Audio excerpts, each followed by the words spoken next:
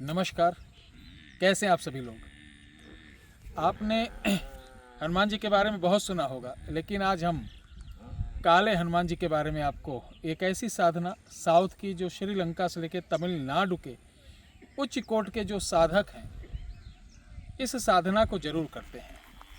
इन्हें क्या बोलते हैं? काले हनुमान। आखिर काले हनुमान इनका नाम कैसे पड़ा? वो आप देखेंगे साउथ, जैसे मद्रास, साउथ जितना इंडियन है, साउथ इंडियन जितने टेम्पल हैं, उनमें आपको काले हनुमान की मूर्त जरूर दिखाई देगी।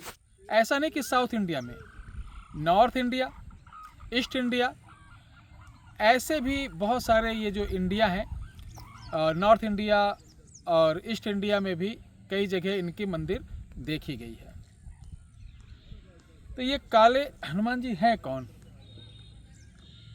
और इनका नाम काला कैसे पड़ा? बल्कि अगर देखा जाए तो पूरे इंडिया ने, विश्व में भी जहाँ जहाँ हनुमान जी की मूर्ति है पांडे जी, वो पूरी सिंदूरी है जी, सिंदूरी लगी हुई है जी।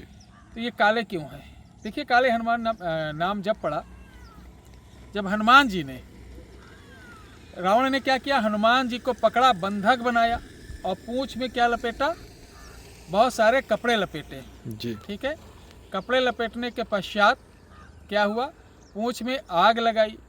क्या बोला कि इस बानर के पूंछ में आग लगा दो, इतना ही दंड दो। और रावण को यह नहीं मालूम था कि वो अपना काल खुद बुला रहा है?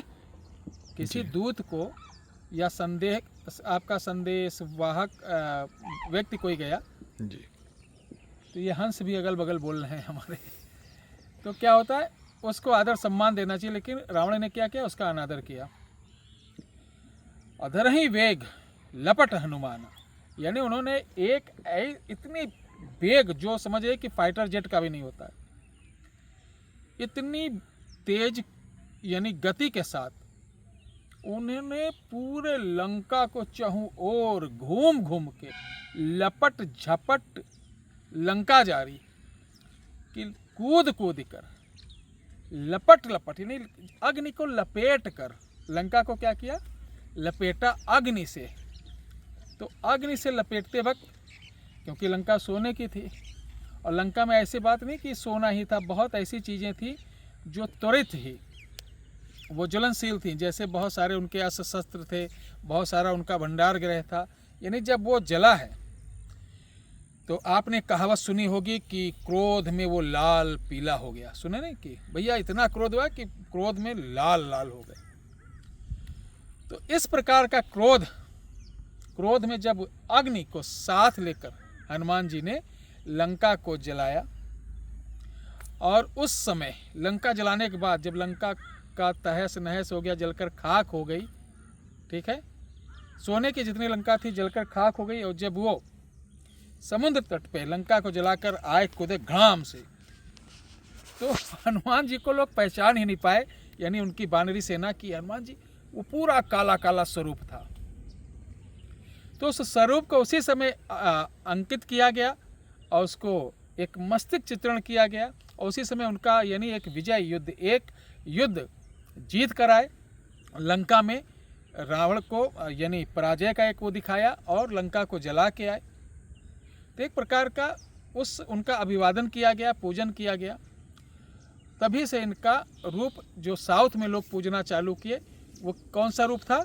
काले हनुमान, ठीक है। और मैं देखिए यूट्यूब पर नहीं बता रहा हूँ, ये अपने देखिए इसमें भी हमने लिखा रखा है, ये डायरी से नोट किया था। और काले हनुमान नाम इसीलिए पड़ा। वास्तव कि इस साधना को किसी ने बताया नहीं होगा।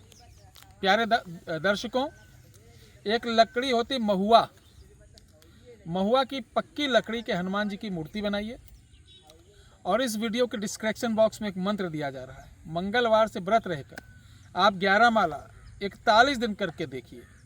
ये जो मूर्ति रहेगी महुए के लकड़ी की पक्की, वो कत्थई होती, जिसे कत्था, इसीलिए काले हनुमान की मूर्ति महुआ या रक्त चंदन जो पका हुआ रहता है उससे बनता है, या काले पत्थर पाषाण से बनता है। रुद्राक्ष की माला से मैं बहुत आपको ऐसा साधना का विधान नहीं बताता हूँ जो आप कर ना पाएँ। बहुत सिंपल सी चीज़ है। रुद्राक्ष की माला दक्षिण मुख, मंगलवार सुबह 7 बजे से 11 माला 40 दिन, परहेज, लहसुन प्याज रखना है और प्रतिदिन अग्नि जलाकर गूगल और गुड़ की आहुति देना। इस प्रकार 40 दिन करने के बाद ये स्वतः ही सिद्ध हो जाते हैं। परहेज जैसे आप नवरात्र में रखते हैं वैसे रखिए। उसके बाद इस मूर्ति को आप साधारण मत समझना, ये कौन सा काम नहीं, शत्रु के नाश के लिए, शत्रु को बर्बाद करने के लिए, शत्रु से छुटकारा दिलाने के लिए सबसे उत्तम उपाय है। उसके बाद आपका कैसा भी कोई काम हो ये तुरंत करते हैं, ये दर्शन भी देते हैं आपको किसी न किसी रूप में, साथ ही आपकी ये सहायता हमेशा करते हैं। प्रयोग विधि है कि आफ्टर 40 दिन बाद इस मूर्ति को रखकर अपने पूजा स्थान पर नित्य दिन पूजा किया करें। जब भी किसी प्रकार की आवश्यकता हो तो कपूर इनके सामने, ध्यान रखना अगर मंदिर में रखे हैं तो कपूर इनके सामने ऐसे मत जलाना, इनकी आंखों पर आप क्या कर देंगे, लाल रंग का पर्दा डाल देंगे या कोई कपड़े से उड़ा देना। अगर ये जलता हुआ कपूर देख लेंगे तो उग्रता आ जाएगी। तो जब ये मंत्र पढ़कर आप ये कपूर जलाकर आरती कर देंगे, यानी मंत्र पढ़ते रहिए, घुमाते रहिए, वो आपका काम फिर 100% समझिए पक्का होगा। तो ये बहुत ही सरल तंत्रोक्त विधान है। तो ये मैंने आपको दे दिया, इसको करिए। इसमें कोई बहुत ज़्यादा नियम की जरूरत नहीं, बस चरित्र का, चित्त का, खान पान का, इस चीज़ का नियम रखना है और जैसे मैंने बता दिया वैसे करना है। जय श्री राम, हर हर महादेव।